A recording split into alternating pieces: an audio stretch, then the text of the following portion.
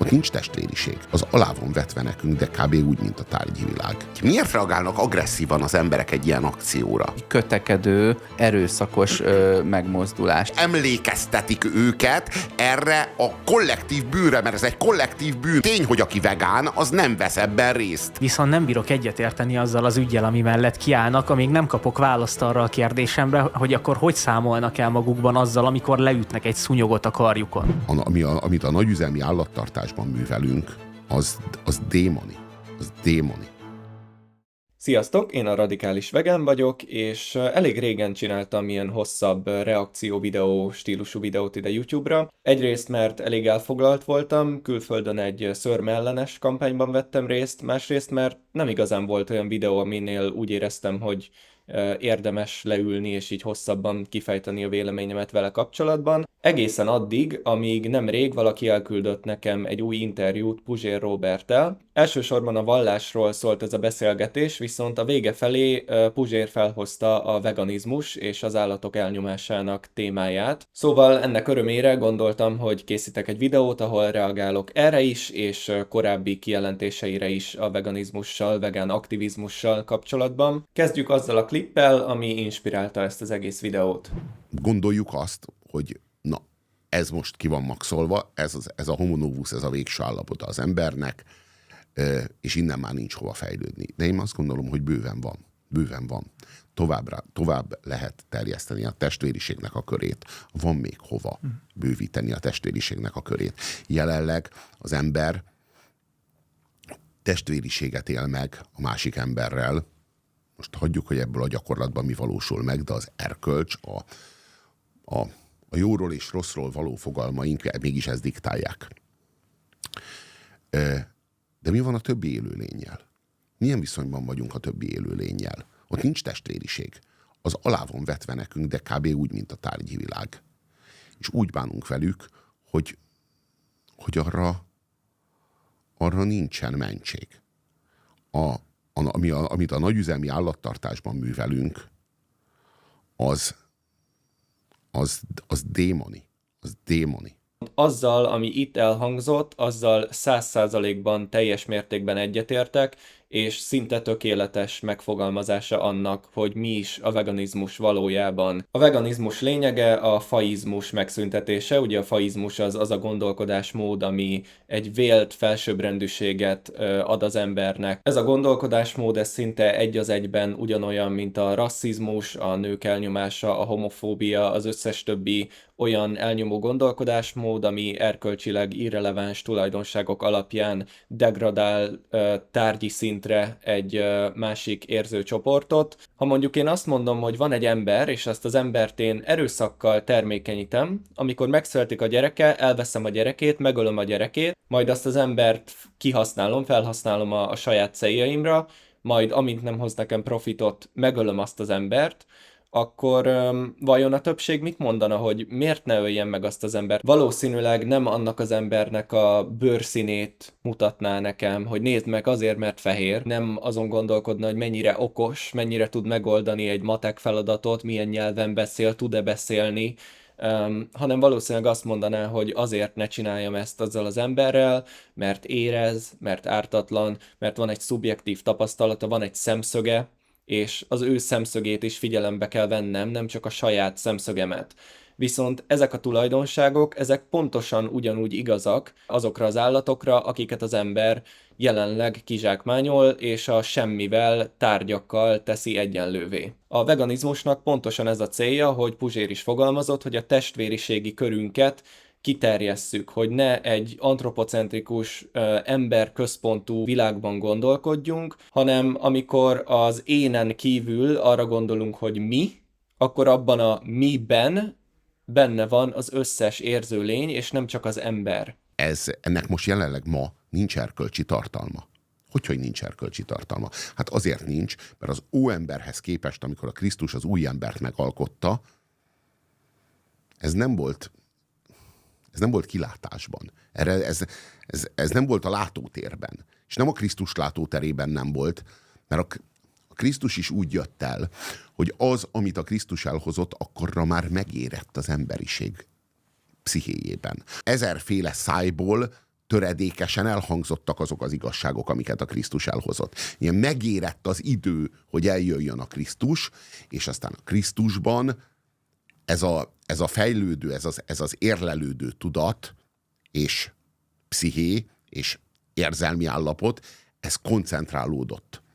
És most is ez történik. Ha jól értem, hogy itt miről beszél Puzsér, akkor ez az, amit én a történelem vége érvelési hibának szoktam nevezni, amikor az emberek azt gondolják, hogy az igazságtalanságokat már megoldottuk, és a történelemnek úgymond vége van, a történelmi fejlődésnek, az emberiségnek a morális fejlődésének vége van, és egyszerűen azokat az igazságossági gondolatokat, amik már megfogalmazódtak széles körben a társadalomban, azokat kell fenntartani, de hogy tovább annál már nem lehet fejlődni. Csak azt felejtik el sokszor az emberek, hogy a társadalom pontosan ugyanezt gondolta annak idején, amikor a nőknek nem voltak jogaik, ugyanezt gondolták, amikor rabszolgatartás volt, ugyanezt gondolták, amikor még semmilyen meleg jogok nem voltak például. Fontos, hogy abban a tudatban éljünk, hogy jelenleg is a történelmet írjuk, és mindig van hova fejlődni. És nem is csak van hova fejlődni, hanem kötelességünk fejlődni, mert jelenleg a történelem egyik legnagyobb igazságtalansága zajlik, egyik legnagyobb mértékű. Jelenleg évente 90 milliárd szárazföldi érzőlényt hoznak létre erőszakkal az emberek ebbe a világba, azért, hogy megcsonkítsák őket, kihasználják őket, élve ledarálják őket, megerőszakolják őket, elvegyék a gyerekeiket, megöljék a gyerekeiket, természetellenes testekbe erőszakkal tenyésszék őket, mint például a broiler csirkéket, akiket most már 46 naposan vágnak le. Szinte bárhol, ahol csirkehúst vesz az ember manapság, ez broiler csirkéknek a testrészei, akik az utolsó pár hetükben fel sem tudnak már állni általában, mert olyan gyorsan nőnek, hogy egyszerűen nem bírják el a saját testsúlyukat. Tehát az ember már tényleg csak profittermelő gépekként és a semmivel egyenlőként kezel törékeny, ártatlan érző lényeket. És még nem is beszéltünk a megkínzott víziállatokról, akiknek a száma meghaladja az 1 billiót évente. Most is már íródik az újjájövetel. 1000 fejben, szájban, gondolatban, érzésben, szívben íródik az újjájövetel és az ahhoz tartozó magasabb erkölcs. És amikor ez megérik, akkor lesz egy újjájövetel. Nagyon fontosnak tartom ezt az interjút, mert elképesztően pontosan meg tudta fogalmazni, hogy miről is van szó. Korábbi műsorokban viszont bár támogató volt, úgy gondolom, hogy nem egészen értett mindent azzal kapcsolatban, hogy mi is a veganizmus, lehet, hogy ez már változott azóta, de gondoltam, hogy nézzük meg ezeket, és ezen keresztül részletesebben is bele tudunk menni a témába, és érinteni egy pár gyakori ellenérvet is, kifogást is, ami felmerül. Akciós emberhúst kínáltak tálcán vegánok a Balatonon. 3 bolti hústálcát imitáló fehér dobozban feküdtek, művérrel leöntve, magukat halottnak tettetve. Közleményük szerint így akarnak görbetükröt mutatni a társadalomnak. Az akciót vegyesen fogadták a járókelők. Többen jelezték, hogy azt gyermekek is látták a strandon. Jaj, segítség, gyerekek is látták. A gyerekek. A gyermekeink. És hogyha a gyerekek is vannak a strandon, és a gyerekek látják ezt, és a gyerekek sérülnek a látványtól, akkor érdemes elgondolkodni azon, csak egy töredék pillanatig, hogy milyen lehet azoknak az állatoknak, akiknek nem ennek a látvány imitációját kell elszenvedniük, mint a gyermekeknek ott a strandon, hanem amelyeknek ez a sors jutott, mert mi ezt a sorsot szántuk nekik azért, hogy még több és még több húst fogyaszthassunk. Én ott voltam ezen az akción, a Balatonon, és első kézből tapasztaltam, hogy néz ki valójában ez a megijesztjük a gyerekeket szituáció. Szinte minden gyereknek, aki arra járt, az első reakciója az volt, hogy odajött és megkérdezte, hogy ez mi történik, itt mit látunk. Majd amikor a szülők odaértek a gyerekhez, akkor rögtön elrángatták onnan, és azt mondták, hogy jaj, ezt ne nézd, mert rosszat fogsz álmodni, ezek hülyék, ezek idióták, ne foglalkozz velük. Tehát ami a gyerekeket illeti, amit én tapasztaltam, a gyerekek elsősorban kíváncsiak, és meg szeretnék érteni a világot maguk körül, míg a szülők erre nem adnak nekik lehetőséget, és a saját normáiktól, a saját kognitív diszonanciájuktól vezérelve megijesztik őket, és elrángatják őket onnan. Ugyanezzel kapcsolatban viszont, ami számomra kifejezetten nagyon érdekes, hogy valamiért soha nem látok ekkora felháborodást azzal kapcsolatban, amikor gyerekeket elvisznek böllérfesztiválokra. Ez rendszeresen történik minden évben, a szülők önszántukból fogják a gyerekeiket, és elviszik őket, hogy végignézzék egy valódi állat, nem egy imitáció, egy valódi, érző, visító, szenvedő lénynek a haláltusáját. Valamiért ez nem kerül be a hírekbe, de amikor vegánok önkéntesen kimennek és csinálnak egy ilyen performance-t, ahol senki nem sérült meg, akkor hirtelen sajnáljuk és féltjük a gyerekeket. Magyarországon úgy tűnik, úgy általánosságban ez jellemző a gyermekvédelemre, minden kitalált nem létező problémától megvédjük őket, de amikor valóban valódi problémákkal kellene szembesülni és ezeket megoldani, akkor kényelmesen elfordulunk. Azt látja, hogy művéres nénik, bácsik fekszenek műanyag tálcán, mondjuk le voltak fóliázva, tehát elvileg nem ártalmas olyankor, már azt tudjuk, hogy a Na igen, körülbelül erre gondoltam. kötekedő, erőszakos megmozdulás. Ott van az a 62 éves ember, aki eddig is ezt csinálta, és akkor tőlem most ne vegyék el, az csak dühösebb lesz, és gyakorlatilag... Már megint ezek a vegánok. Igen, szerintem csak Téríteni rosszabb. mindent. És miért, Szerintem csak elhunyújtja. de miért reagálnak így? Miért reagálnak agresszívan az emberek egy ilyen akcióra? Miért? Talán csak nem azért, mert bűntudatuk van. És a saját bűntudatukat hárítják el, és kvázi a saját Gyűlölettel, embergyűlölettel. Igen, azoknak a gyűlöletével, akik emlékeztetik őket erre a kollektív bűnre, mert ez egy kollektív bűn. A teljes emberiség követi el, és tény, hogy aki vegán, az nem vesz ebben részt. Ez, amiről itt beszélnek, ez nem is csak egy lehet szituáció, hanem erre konkrét tudományos bizonyítékok vannak. Ugye a hús paradoxonával kapcsolatban, ugye ez az a gondolat, hogy ugye az emberek elítélik az állatkínzást, nem akarják bántani az állatokat, tiszteljük az állatokat, de ugyanakkor pedig minden nap fizetnek a testrészeikért, és okozzák ezzel az állatokkal való legbrutálisabb bánásmódot. És amikor ezt a kérdést tanulmányozzák, akkor általában azt lehet látni, hogy akármit is mondanak az emberek, mélyen legbelül van egy bűntudatuk, és tudják, hogy a vegánok jobbak, és ezért ők rosszabbak. És az ember nem szeret bűntudatot érezni, az ember nem szereti azt gondolni, hogy ő rossz, nem szereti azt gondolni, hogy nála vannak jobbak morálisan. Ezért, bár sokszor tudat alatt, sokféle stratégiát alkalmaznak arra, hogy elkerüljék azt, hogy erre kelljen gondolniuk. Az egyik leggyakoribb módja ennek az az áldozatszerep. Szépen kiradírozzuk a valódi áldozatot, a te áldozatodat, az állatot, akit megerőszakoltak, akinek elvették a gyerekét, akinek megölték a gyerekét, akit kizsákmányoltak, majd őt is megölték. Ezt az igazságtalanságot szépen félretesszük, szépen lenyomjuk, és magunkat helyezzük előtérbe, mi vagyunk az áldozatok, mert hát nézd meg, hogy beszélt velem az a vegán, nézd meg, kint vannak a Balatonparton, hát ez milyen rossz a gyerekeknek, mindenképpen én vagyok az áldozat, az én gyerekem az áldozat, semmiképpen sem a valódi áldozat, a valódi érző lény, akit bántalmaztak. De akárhogy is, ez az emberiség, ez a civilizáció kollektív bűne, de mi nem akarunk ezzel szembesülni. Mi a húst a tányérunkon szeretnénk gusztusos körülmények között látni, és utána lenyelni. És erre ne emlékeztessen minket senki. Továbbá azzal se értek egyet, hogy állatokat ölni tartási körülményektől függetlenül elfogadhatatlan. Na, erre mindenképpen szeretnék válaszolni, mert Puzsér is nagyon gyakran a nagyipari állattartásról beszél. Én is elsősorban nyilvánvalóan arról beszélek, mert a nagyipari állattartás mutatja meg leginkább, hogy hova vezet ez a gondolkodásmód, miszerint az ember azt gondolja, hogy a többi érzőlény azért van, hogy tárgyként kezelhesse. A nagyipari állattartás tökéletesen megmutatja ennek a gondolkodásmódnak az eredményét. De ez a gondolkodásmód, ez nem a nagyipari állattartásnál kezdődik. Ez a gondolkodásmód ott kezdődik, amikor az ember meglát egy másik állatot, és azt gondolja, hogy én vagyok az egyetlen érték ebben a világban, ő nem érték, ő értem van itt, és felhasználhatom. Ugyanez a gondolkodásmód jellemző a háztáji állattartásra, mindenfajta állatkizsákmányolásra, legyen az nagyon-nagyon kegyetlen, vagy legyen az kevésbé kegyetlen. Amíg a többi állatra rabszolgaként, amíg termékként tekintünk rájuk, addig soha nem lesz igazságos a világunk. Itt visszatérnék kicsit a faizmushoz, ugye az emberi felsőbbrendűségnek a gondolatához, ami nagyon hasonlóan működik, mint a rasszizmus, meg a szexizmus. Ha például egy fehér ember azt mondja nekem, hogy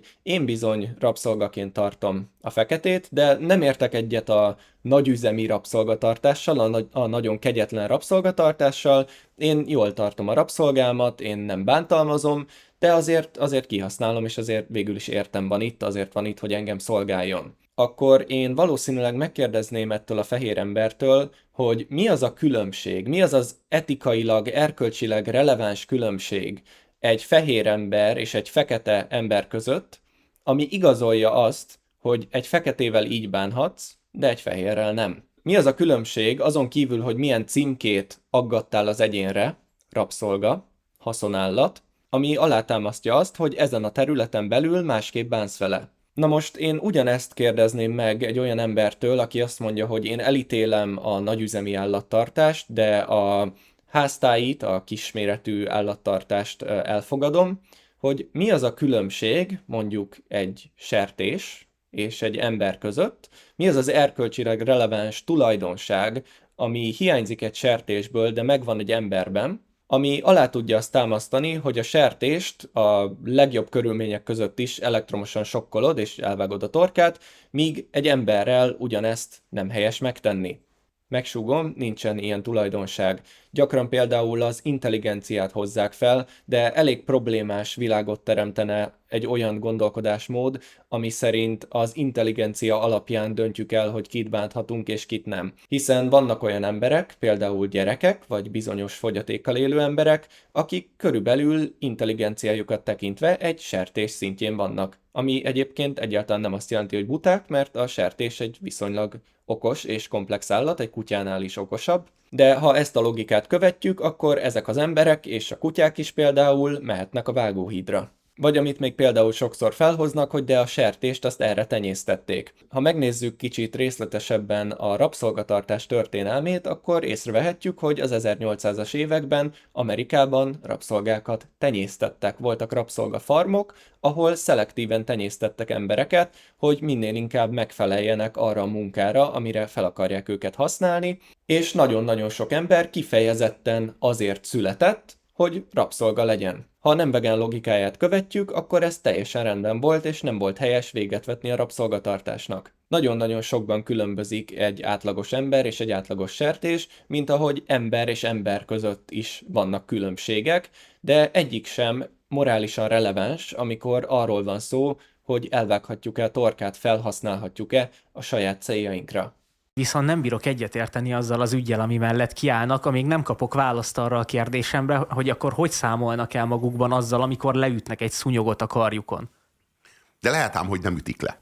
Itt megint visszatértünk a hús paradoxonjához, ahol azt láthatjuk, hogy azért, hogy az ember a bűntudatát azt le tudja nyomni, ahhoz, hogy ki tudja egyensúlyozni azt az ellentmondást, hogy szeretem az állatokat, tisztelem az állatokat, de közben minden nap fizetek a brutális meggyilkolásukért. A következő stratégia, amit gyakran használnak, az az, hogy mutassunk a vegánra, és keressünk benne egy hibát. Ugye ezt angolul appeal to hypocrisy érvelési hibának nevezik, amikor ahelyett, hogy az érvnek a morális tartalmával foglalkoznál, a másikban keresel valami hibát, valami ellentmondást, és akkor nyugodtan azt tudod mondani, hogy na nézd meg, te sem vagy tökéletes, ezért nincs igazad. Mintha ennek bármilyen relevanciája lenne azzal kapcsolatban, hogy az állítása igaz-e vagy sem. Ami a szúnyogokat illeti, én nem ismerek olyan vegánt, aki lecsapja a szúnyogot. Én sem csapom le a szúnyogot, függetlenül attól, hogy szerintem logikailag és morálisan ez egy igazolható cselekedet. A szúnyog lecsapása nem arról szól, hogy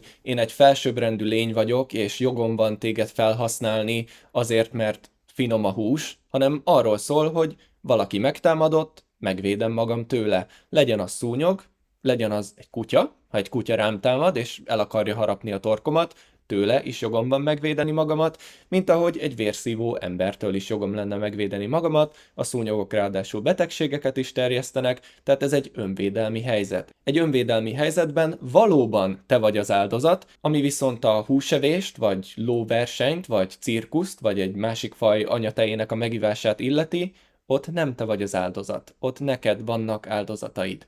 Tehát azt mondod, hogy jó, akkor a csirke. Tehát azt mondod, hogy madarat eszem, emlős nem eszem. Vagy azt mondod, hogy halat eszem, de madarat nem eszem. De vagy miért azt nem mondod, hogy csúszómászod, rákot eszem, rovarokat eszem, de halakat nem eszem. De... Szerintem mindegyik egy olyan érvényes kijelentés, hogy te Hát vagy sőt, ezek igyekszem egyre érvényesebbek, és akkor miért és ne ezek lehetne között enni? az is érvényes, hogy a csirkét megeszem, és a marhát nem eszem. Bármi érvényes, vagy ilyen alapon az is érvényes, hogy az állatot megeszem, az embert nem eszem.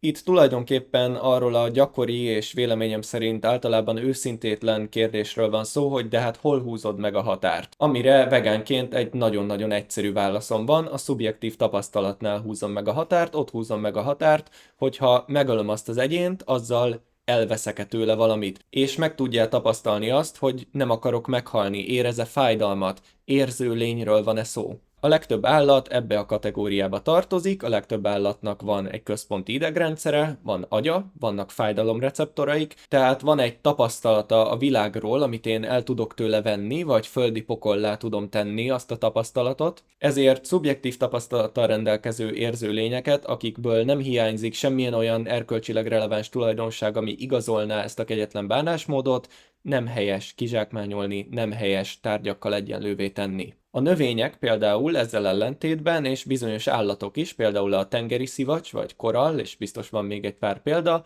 nem rendelkeznek se központi idegrendszerrel, se aggyal, se fájdalomreceptorokkal, se semmilyen tudattal. Reagálnak bizonyos ingerekre, ahogy mondjuk a telefonom is reagálna bizonyos ingerekre, de nincsen egy tapasztalatuk a világról, amit én el tudok venni tőlük, amit én tönkre tudok tenni. Innen már logikusan kijelenthető, hogy a növény és a gomba fogyasztása szemben az állat fogyasztásával, tehát az állati eredetű élelmiszer elfogyasztásának a megtagadása, az még etikusabb, sőt, hát azt lehet mondani, hogy a vegetáriánusok azok etikusabbak, mint a húsevők, a vegánok etikusabbak, mint a vegetáriánusok, és még ez a folyamat még fokozható. Tehát, hogy még olyanok is vannak, akik csak a fának, vagy a növénynek az ajándékát, a gyümölcsöt fogyasztják el, vagy a magvakat fogyasztják el, amiben nem hal bele a növény. Ami ebben nagyon-nagyon tetszik nekem, az, hogy ez, amit itt Puzsér mond, ez pontosan illusztrálja azt, hogy a tipikus, de a növények is éreznek kifogás a veganizmus ellen mennyire őszintétlen. Ha valaki valóban azt gondolja, hogy a növények is éreznek, függetlenül attól, hogy erre nincsen jelenleg semmilyen tudományos bizonyíték,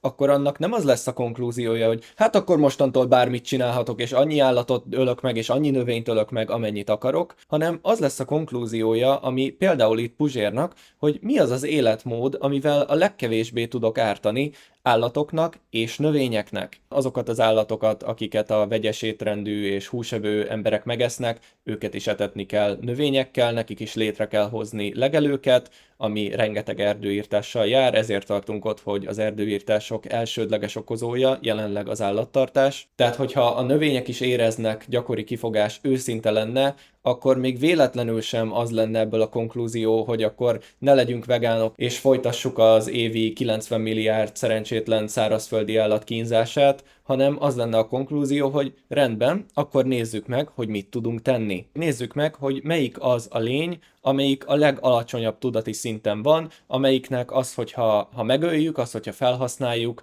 a legkevésbé okoz szenvedést, a legkevésbé fogja fel, a legkevésbé problematikus morálisan ez a döntés, és éljünk e szerint. Viszont jelenleg még csak erről sincs szó, hiszen, ahogy mondtam, nincsen semmilyen tudományos bizonyíték arra, hogy a növények éreznek, egyrészt semmilyen olyan anatómiával nem rendelkeznek, ami erre lehetőséget adna nekik, és evolúciós szempontból sem lenne semmi értelme, hiszen mi állatok, mi azért érzünk fájdalmat, hogy erre reagálva el tudjunk menekülni előle, erre reagálva meg tudjuk védeni magunkat az esetleges veszélytől azzal, hogy elkerüljük a fájdalmat. Mivel a növények nem képesek helyváltoztatásra, ezért evolúciós szempontból sem lenne ennek semmi értelme. A növények tudnak kommunikálni és tudnak reagálni ingerekre, de nincsen szubjektív tapasztalatuk. Ha én mondjuk vegán aktivista volnék, akkor 5 esetből egyszer lehet, hogy ott üvöltöznék a vegán felvágott gyártó előtt, hogy miért kerül ez 800-ba? Tehát miért luxus a helyes választás? Hát az a baj, hogy ezek az árak elsősorban nem a növényi termékeket gyártó cégek miatt néznek ki így, hanem amiatt, hogy az adófizetők pénze nagyon nagy mértékben a húsipart és az állatkizsákmányolást támogatja. Alaphelyzetben elképesztően fenntarthatatlan és teljesen értelmetlen mértékben használ föl forrásokat a húsipar és az állatkizsákmányoló ipar, ezért rengeteg támogatást kapnak ezek az iparágak. Amikor egyébként az állattartás a bevitt kalóriánknak mindössze 18%-áért felelős, és a bevitt fehérjének 37%-áért. Logikailag is teljesen értelmetlen egyébként, hogy olcsóbb egy olyan termék, ami egy olyan rendszerből származik, ami egyébként rengeteg emberi fogyasztásra is alkalmas növényt termeszt, ezt a sok növényt megeteti állatokkal, akiket egy életen át fogságban tart, kizsákmányol, majd megöl, majd feldolgoz, és ezeknek az állatoknak eladja a testrészét. Ez olcsóbb, mintha egyszerűen megtermelik a növényt, és azt dolgozzák fel. Tehát itt az ember azért elgondolkodik, hogy miért lehet ez az árbeli különbség. Ettől függetlenül, ha most valaki vegán szeretne lenni, az nagyon könnyen megteheti nagyon olcsón, egy teljes értékű növényi étrend, ami nem tartalmaz feldolgozott ételeket. Bab, lencse, rizs például a legolcsóbb ételek között van, és nagyon-nagyon finom ételeket lehet ezekből is készíteni. A weboldalomon van egy alap növényi étrendes útmutató és egy fehérje útmutató. Ha például ezeket követi az ember, akkor elég jól ki tud jönni árban is, és egy olyan étrendet fog követni, amit dietetikusok is ajánlanak, és minden tápanyagot tartalmaz. Még van egy utolsó klip, amire szeretnék reagálni, ez egy olyan adásból származik, ahol egy vegán influencer haláláról beszélnek, aki egyébként nem is volt vegán, fontos tudni a különbséget, hogy a veganizmus az egy filozófia, az élet sok részére kiterjed, az egy gondolat, miszerint az állatok nem termékek, míg a növényi étrend az egy étrend. Az influencer, akiről szó van, egyébként nem azért halt meg, mert növényi étrendet követett, hanem azért, mert ezen belül is egy gyümölcsöt evett, és nem ivott vizet. Tudom, nagyon meglepő, hogy meghalt. Na mindegy, Puzsér megfogalmaz ezzel kapcsolatban egy érdekes gondolatot, amit mindenképpen szerettem volna, hogy benne legyen ebben a videóban. Kisember nem hajlandó elviselni, hogy más különb nála. Pontosan Márpedig a lelke mélyén ő is érzi, hogy etikusabb nem megölni az állatot, meg hogy rettenetes az, ahogyan a nagyüzemi állattartás keretében ezekkel az állatokkal az emberiség bánik, és igenis etikusabb lény az, aki ebben nem vesz részt, és nem eszik ebből a húsból. Hát, vagy valami más, mert... De nem akarja a kisember azt érezni, hogy az ő erkölcsei azok nem a világot, a világnak normát diktáló erkölcsök, hanem hogy őnála lehet valaki különb, hanem aki nála különb, az halljon bele az extrém hülyeségébe, és akkor igazolódik, akkor sosem volt nála különb, vagy aki nála különb, az kvázi öngyilkos. Egyébként sokkal könnyebb lenne egy olyan világot elképzelni, ahol vannak jó és rossz emberek, és vannak gonosz emberek, akik szándékosan bántani akarják az állatokat, és őket le kell győzni. Természetesen vannak gonosz emberek, találkoztam bőven gonosz emberrel, de a többség nem ilyen, a többség egyszerűen kognitív diszonanciában szenved, és megpróbálja lenyomni a bűntudatát. Ezen véleményem szerint csak úgy tudunk változtatni, hogy nem hagyjuk, hogy kényelmes legyen nem vegánnak lenni, nem hagyjuk azt, hogy ez a bűntudat lent maradjon, hanem folyamatosan újra és újra felhívjuk a figyelmet erre a problémára, és felhozzuk ezeket az érzéseket, és beszélünk róluk. Ide csak úgy tudunk eljutni, ha minél többen hangosan felszólalunk nem emberi földlakótársainkért. Tehát, hogyha vegán vagy, akkor motiválnálak arra, hogy szólalj fel, légy aktív, találsz ehhez is linkeket a leírásban. Ha pedig nem vagy vegán, mint például Puzsér Róbert, aki függetlenül azoktól, amiket itt hallottunk, tudtommal nem vegán, akkor miért nem vagy vegán? Puzsér Róbert, ha esetleg hallgatod ezt a videót, akkor mi tart attól vissza, hogy a történelem jó oldalán állj? hány érző lényt szeretnél, hogy még kizsákmányoljanak miattad, 0 vagy több mint 0, és a te szavaiddal élve leszel-e az új eljövetel, új morális korszaknak a része. Köszönöm, ha megnéztétek ezt a videót, remélem hasznosnak találtátok. Ha fontosnak tartjátok a munkámat, akkor kérlek támogassatok, találtok linket a Patreonomhoz a leírásban. Ha anyagilag nem tudtok támogatni, akkor pedig kérlek iratkozzatok fel a csatornámra, és osszátok meg minél több emberrel ezt a videót. Köszönöm még egyszer, hogy itt voltatok, és legyen szép vegán napotok!